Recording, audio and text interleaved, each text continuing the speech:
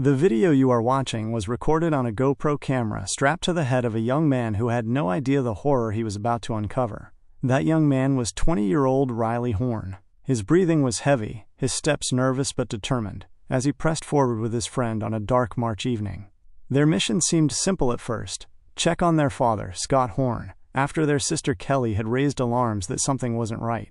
But within minutes, Riley's GoPro would capture one of the most haunting and chilling discoveries ever recorded by a son. "Call 911, Riley's trembling voice whispered.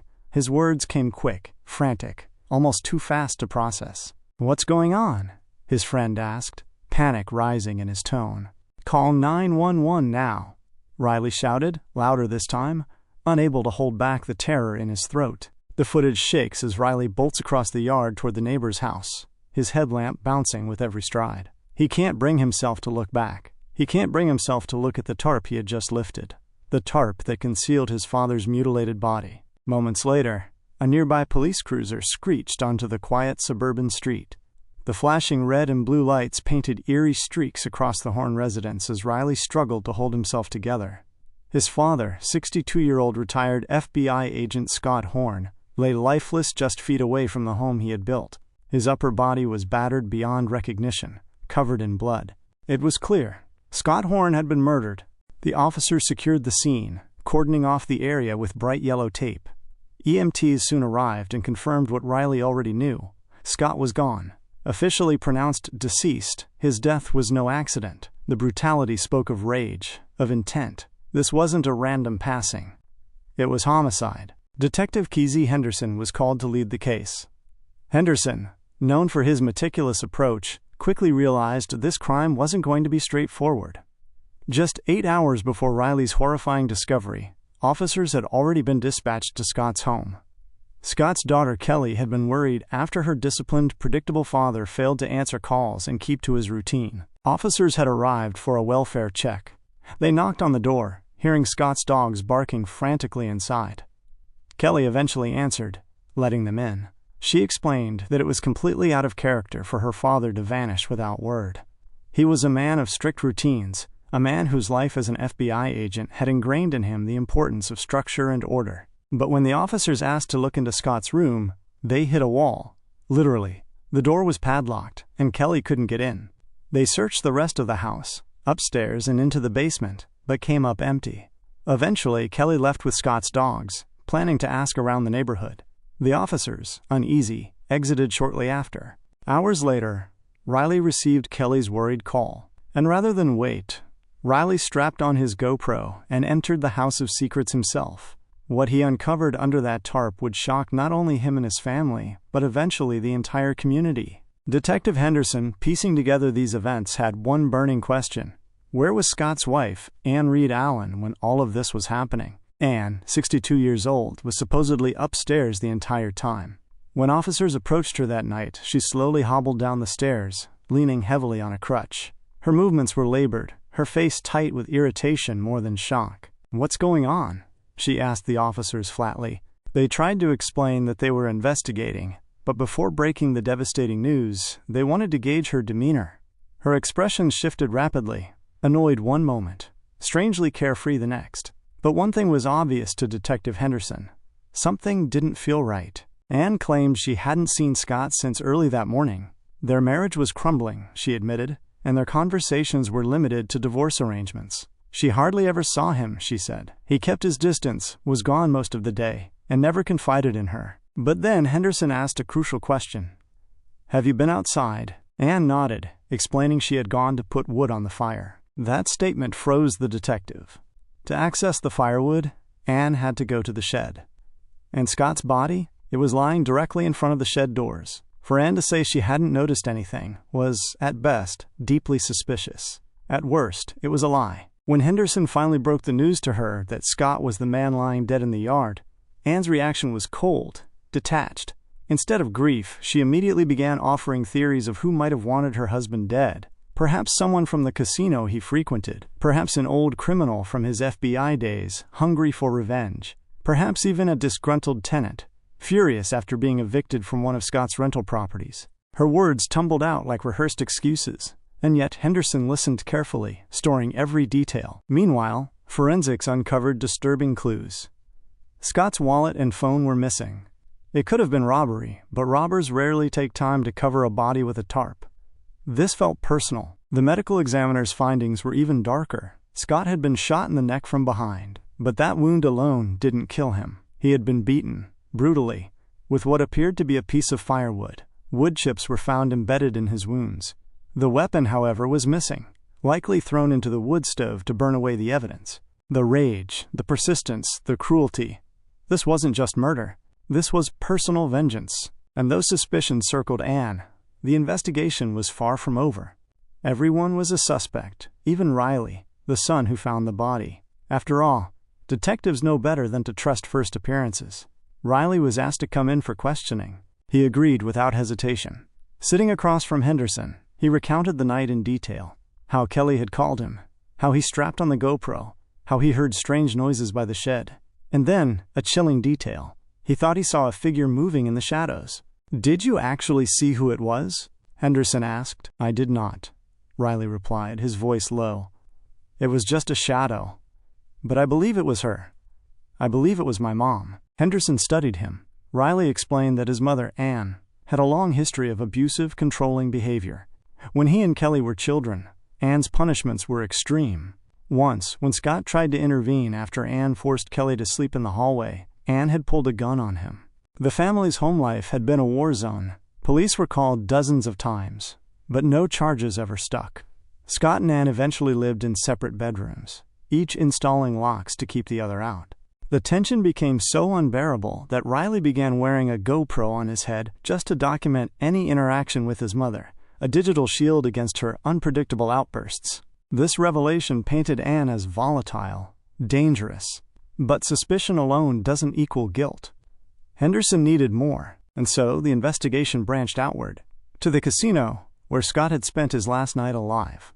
Security cameras showed him gambling calmly, even winning a modest $100. He left peacefully, no one following. The theory of a casino rival fell apart. Back in the neighborhood, detectives knocked on doors, and the whispers began.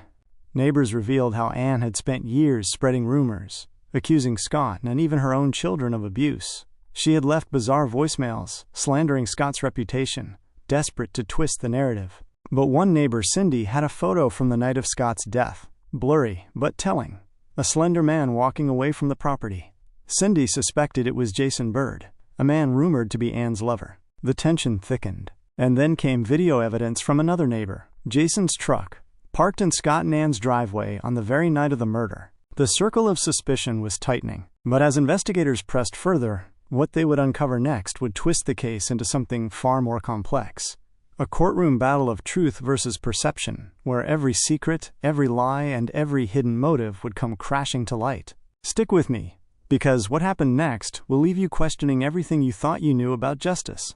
The funeral came quickly, just days after Scott's brutal death. Friends, family, and former colleagues gathered for his celebration of life. Scott Horn was more than a father, more than a neighbor. He was a man who had spent decades in service to his country as a respected FBI agent. In a packed hall, people stood and shared stories of his warmth, his loyalty, his quiet humor.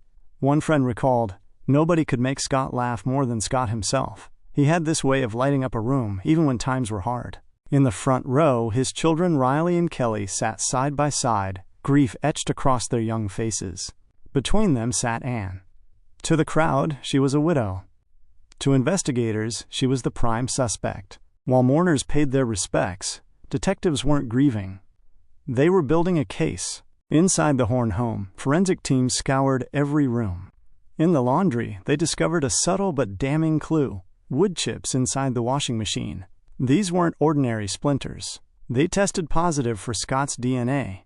It appeared that whoever had attacked Scott with a piece of firewood had tried to wash away the evidence. Anne's movements, her statements, her demeanor, all were pointing in the same direction. And when detectives dug deeper, they uncovered what they believed to be her motive. Scott had a $500,000 life insurance policy. He also owned multiple rental properties, a small real estate portfolio that made him financially comfortable. To a couple on the brink of divorce, those assets meant leverage. The theory formed: Anne had killed Scott in order to profit from his death, eliminating him before divorce could strip her of control. The pieces seemed to fit. On June 30, 2017, Anne's world collapsed. Officers swarmed the hotel where she was staying and knocked hard on the door. "Police, open the door!" Anne was arrested, shackled, and charged with first-degree murder, second-degree murder, conspiracy to commit murder, and the use of a handgun in a crime of violence.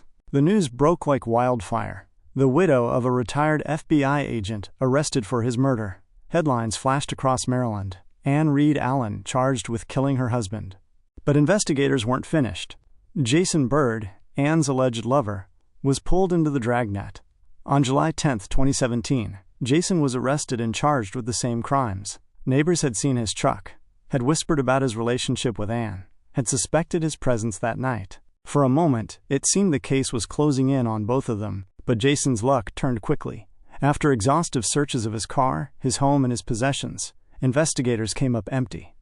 No blood, no DNA, no weapon, nothing tied him to Scott's murder. The grand jury couldn't be convinced. The charges were dropped. Jason Bird walked free. Anne did not. For prosecutors, Anne's case seemed solid enough to move forward. Yet there was a problem looming on the horizon, one that would turn their apparent slam dunk into a courtroom nightmare. Maryland law. You see, in Maryland, prosecutors are not allowed to introduce evidence of a person's prior bad acts if it's only being used to show they have a bad character. They can only use it if it directly proves motive, opportunity, or intent. This meant all of Riley and Kelly's painful stories about their mother's abuse, all of the dozens of past domestic violence calls, all of Anne's bizarre rumors and voicemails. They couldn't be used in front of a jury. The jury wouldn't hear about Anne pulling a gun on Scott. They wouldn't hear about her locking Kelly in hallways, or the years of psychological torment. They wouldn't even hear about her manipulative calls to neighbors. Those chapters of her life were legally invisible. And so, as the trial date drew near in November 2018, the case against Anne became far more fragile than anyone had expected. The prosecution argued that Anne had waited for Scott to come home from the casino that night, ambushed him, and beat him to death in a fit of rage, motivated by money and control. They emphasized the wood chips with Scott's DNA, the missing phone and wallet, and Anne's suspicious lack of emotion. But the defense came armed with its own strategy. Anne's attorneys painted her as a disabled, fragile woman incapable of committing such a violent crime. They showed the jury footage of Anne hobbling around on her crutch, moving slowly, appearing harmless. The prosecution countered with something surprising. From Cindy and Marty's home security cameras, they had clips showing Anne not only using her crutch, but on other days walking freely without it. They argued that Anne wasn't as weak as she pretended to be, that she was perfectly capable of killing Scott. Still, this was not the ironclad case investigators had once hoped for. The defense pointed out critical holes. No blood had been found on Anne. No fingerprints. No murder weapon. No smoking gun. And then came the financial bombshell. The prosecution's entire motive theory began to crumble. Because while they argued Anne had killed Scott for money, Scott had already removed her as the beneficiary of his $500,000 life insurance policy. Even worse for Anne, Scott was deep in debt, $220,000 worth. If he had lived and the divorce had gone through, Anne would have been significantly richer than she was with him dead. The defense asked, why would Anne kill a man whose death only brought her financial ruin? The trial dragged on, both sides clawing at every detail. Jurors watched, listened, scribbled notes, and when they were finally sent to deliberate, the room locked in silence. The tension reached its peak. Day one ended with no decision. The jury was deadlocked. Some believed Anne was guilty. Others couldn't get past the lack of hard evidence. On day two, they reached their verdict. Not guilty. The words struck like lightning. Anne, once branded a killer, burst into sobs, thanking God over and over. Her attorneys embraced her. For prosecutors, it was a stunning defeat. For Riley and Kelly, it was devastation. They had lived through the abuse. They had worn the bruises of their childhood. They had watched their father die in a yard of blood. And now, their mother was walking free. But the story didn't end there. Even acquitted, Anne was not entirely in the clear. Investigators had evidence that while she was behind bars awaiting trial, she had made phone calls trying to persuade her children not to testify against her. On one recorded call, she told an associate, "The kids have to be persuaded. It's important for them not to participate. Tell them they don't want to participate." For that, Anne was hit with new charges, 2 felony counts of attempting to influence witnesses, and 1 felony count of obstruction of justice. Her freedom was fragile, her future uncertain. And yet, by law, she could never again be tried for Scott's murder. The doctrine of double jeopardy protected her. No matter how many new pieces of evidence surfaced, Anne could never again face a jury for the death of her husband. The justice system had spoken, but was justice truly served? For Riley and Kelly, life would never return to normal.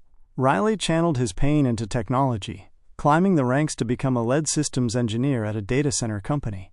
Kelly followed her love for animals, becoming a veterinary surgical technician, carrying on the compassion their father had instilled in them. They carried their father's memory forward, even as the shadow of their mother's trial haunted them. But questions linger. Did Anne truly get away with murder? Or was she the victim of suspicion, caught in a web of circumstance and misunderstanding? As one juror later said, "We couldn't convict her on what we were shown. The evidence just wasn't there." And perhaps that's the most chilling part of all, that sometimes the truth dies in the shadows, buried beneath what can and cannot be proven in court. Stay with me, because in the final part of this story, we'll step back and confront the haunting legacy of this case, what it means for justice, for families torn apart, and for the unanswered question that still lingers years later: who really killed Scott Horn? The courtroom doors closed behind Anne, and for many, it felt like the system had slammed shut with them. She had been acquitted. That much was final. Yet the air in Laurel, Maryland, never settled. The story of Scott Horn's death was far from over, because the questions left behind refused to fade. In the months that followed her trial, the community whispered, debated, and speculated. For neighbors who had watched the marriage unravel for years, the verdict felt surreal. Many had seen Anne's volatility firsthand. They had heard her rumors, her angry calls, her outbursts across the yard. They had also seen Scott's quiet resilience, the way he walked his dogs every morning, tended to his rental properties, and tried, despite everything, to protect his children from the chaos within their home. But a jury had spoken, and the law was clear. Anne Reed Allen could never again be tried for Scott's murder. That didn't mean her troubles were over. Those phone calls from jail, the ones where she urged others to keep Riley and Kelly from testifying, hung like a storm cloud. Prosecutors pursued them, charging her with obstruction and attempting to influence witnesses. The maximum sentence? 45 years in prison and heavy fines. For Riley and Kelly, it was yet another painful reminder that their mother's manipulations hadn't stopped, even from behind bars. They had grown up under her control, had been punished under her roof, and now, as adults, they faced her attempts to twist their voices in a court of law. But by this time, the siblings had grown stronger. They were not the frightened children locked in hallways or silenced by threats. They had chosen paths of independence, building careers, carving identities outside their mother's shadow. Riley's fascination with cameras and technology, born out of a desperate need to protect himself with his GoPro, transformed into a career as a systems engineer. Kelly, inspired by her father's quiet compassion for animals, became a veterinary surgical technician, a role rooted in healing and care. Their lives moved forward, even as the trial left them with unanswered questions. Because the truth was this: while Anne's acquittal closed one chapter, it left the story of Scott's murder unresolved. The evidence pointed in multiple directions: the wood chips, the missing wallet and phone, the tarp, the bloody scene. They suggested an intimate, rage-filled attack. And yet, without physical proof tying Anne to the crime, the jury could not convict.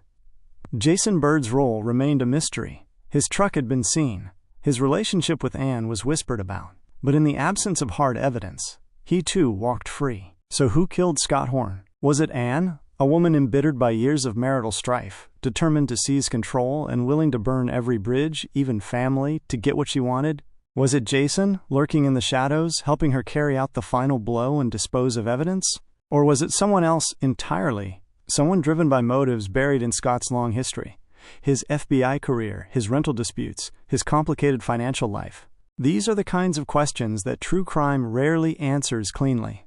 Justice is not a puzzle where every piece fits neatly. It is messy, fragile, often incomplete. And in this case, justice fractured in the gap between what investigators believed and what prosecutors could prove. For Detective Henderson, the case remains one of haunting complexity. He had seen Anne's demeanor the night of the murder, the way she spoke of her husband as though his death were a matter of inconvenience, the way her theories poured out like practiced alibis. He had walked the shed, seen the wood chips, traced the bullet lodged in the wall.